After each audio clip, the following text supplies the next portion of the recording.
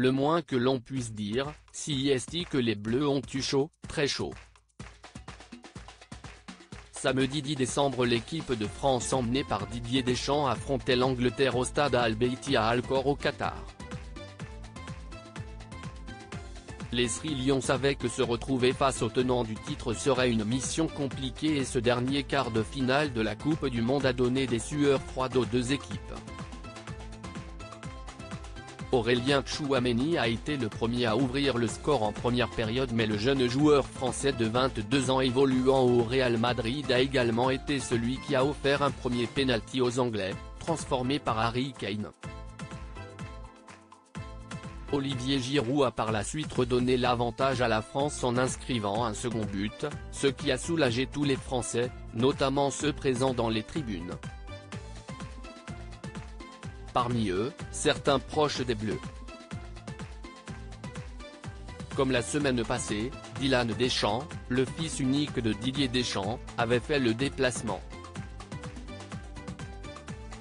Le jeune homme qui habite à Londres était accompagné de sa compagne, Mathilde.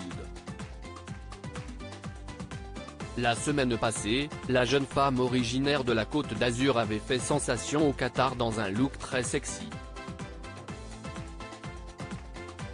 Cette fois-ci, elle est restée plus sage, optant pour un pantalon en cuir, un top gris moulant et une petite paire de lunettes stylées. Les caméras braquées sur Dylan Deschamps et son amoureuse Mathilde lorsqu'Olivier Giroud a inscrit le deuxième but de l'équipe de France, les caméras de TF1 se sont braquées sur les tribunes françaises.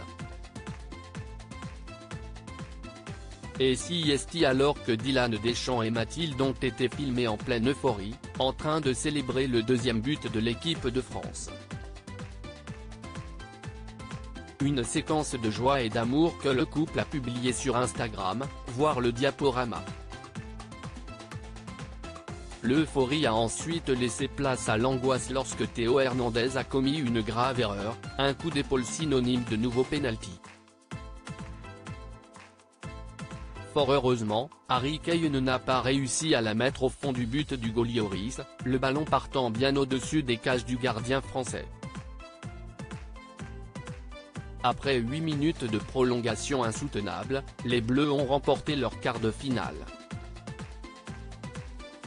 Ils affronteront le Maroc mercredi soir pour une demi-finale historique, le Maroc ayant battu le Portugal. Ce match de l'équipe de France a réussi une audience record en attirant 17,72 millions de téléspectateurs en moyenne sur TF1. Comme le rapportent nos confrères de Pure Média, la rencontre a été suivie par 62,8% des Français présents devant leur télévision entre 20h et 22h. La part de marché est de 71,1% sur la cible commerciale féminine des femmes responsables des achats de moins de 50 ans, FRDA 50.